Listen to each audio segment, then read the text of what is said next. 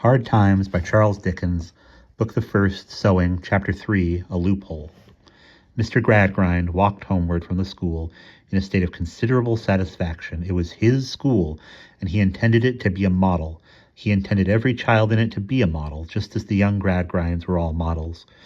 There were 5 young Gradgrinds, and they were models every one. They had been lectured at from their tenderest years, coursed like little hares, almost as soon as they could run along. They had been made to run to the lecture room. The first object with which they had an association, or with which they had a remembrance, was a large black board with a dry ogre chalking ghastly white figures on it. Not that they knew by name or nature anything about an ogre. Fact forbid.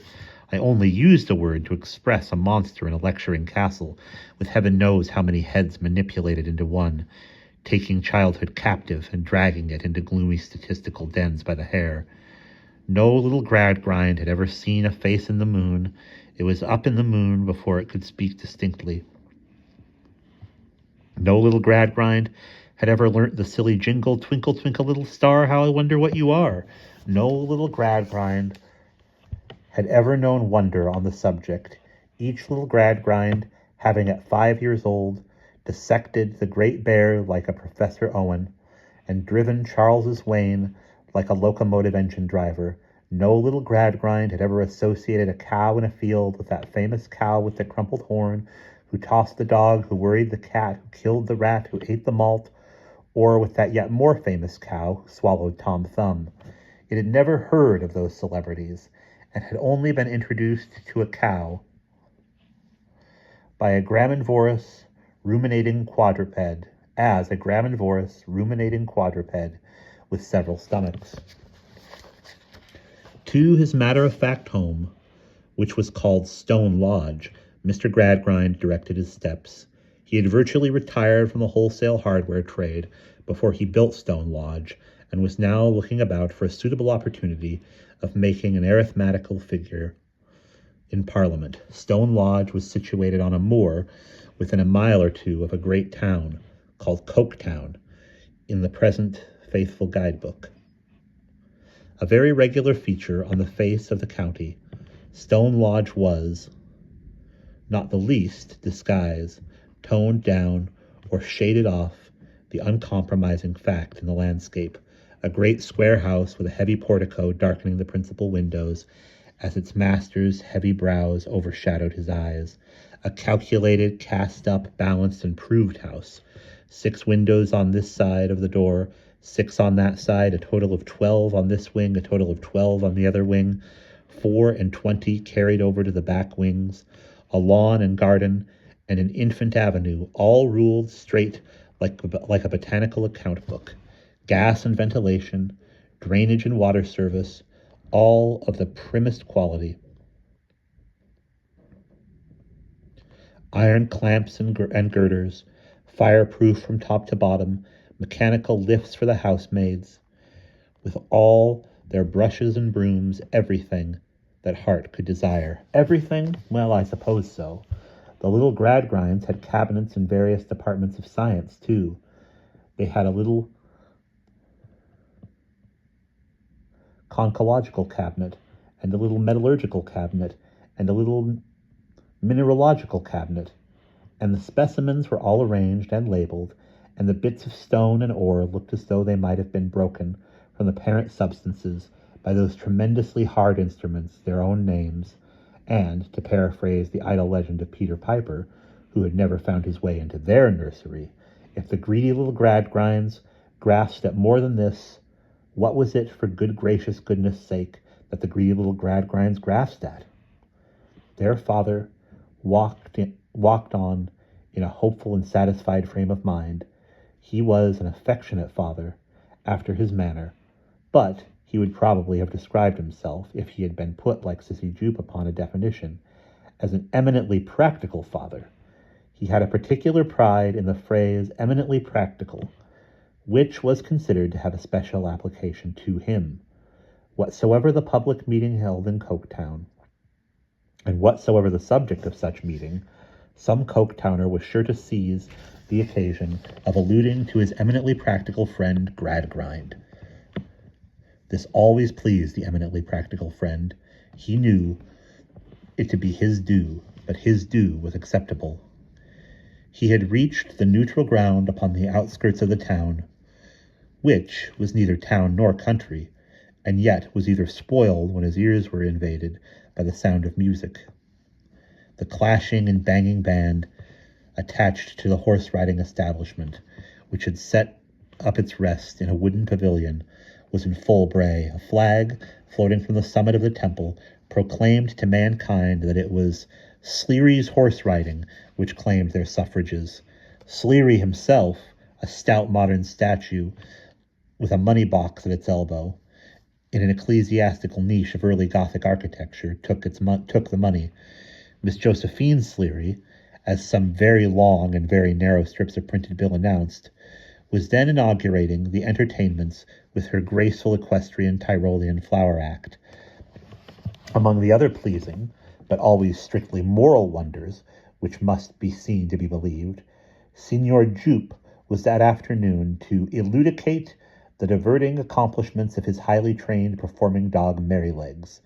He was also to exhibit his astounding feat of throwing 7,500 weight in rapid succession backhanded over his head, thus forming a mountain of solid iron in midair, a feat never before attempted in this or any other country, and which, having elicited such rapturous plaudits from enthusiastic throngs, it cannot be withdrawn.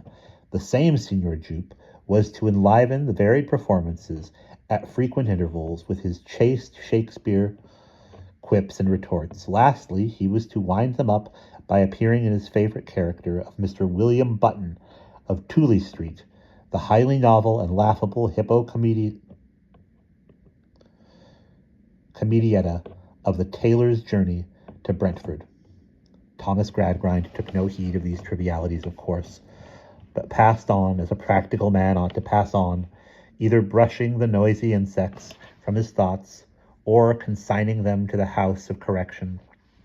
But the turning of the road took him by the back of the booth, and at the back of the booth a number of children were congregated in a number of stealthy attitudes, striving to peep in at the hidden glories of the place. This brought him to a stop.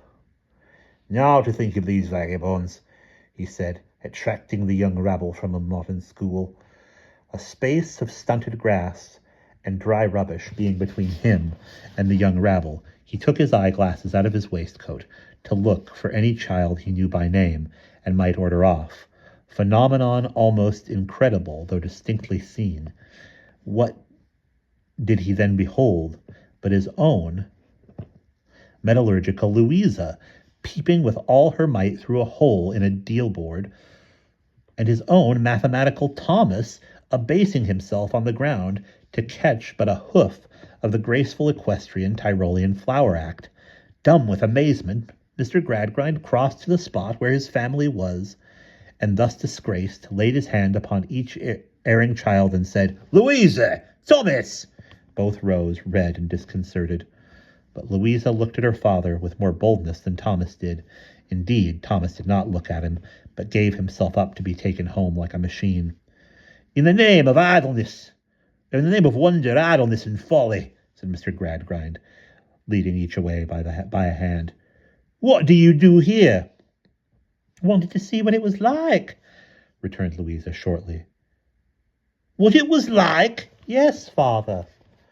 There was an air of jaded sullenness in them both, and particularly in the girl, yet, struggling through the dissatisfaction of her face, there was a light with nothing to rest upon, a fire with nothing to burn, a starved imagination keeping life in itself somehow, which brightened its expression. Not with the brightness natural to cheerful youth, but with uncertain, eager, doubtful flashes, which had something painful in them, analogous to the changes on a blind face groping its way. She was a child now of 15 or 16, but at no distant day would seem to become a woman all at once. Her father thought so as he looked at her.